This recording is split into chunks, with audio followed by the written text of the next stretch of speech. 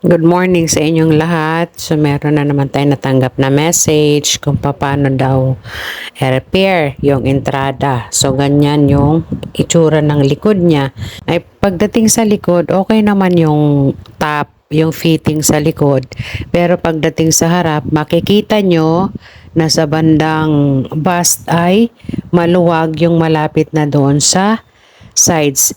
So, kung saan ka dapat magbawas, yung cutting na yan dyan sa harapan, yung dart na yan na cutting hanggang doon sa upper chest, dyan ka magbabawas. Ang sabi ay bawasan ng tig 1 inch. So, yun ang ibabawas mo, tig 1 inch. Ang papakainan mo para mag-fit yung banda sa may bust. 1 inch ang ibabawas sa upper chest, pawala na yung tahe papunta sa may nipple para mag-fit. Okay, so yun lang. Sana nakatulong. Thank you for watching. Bye.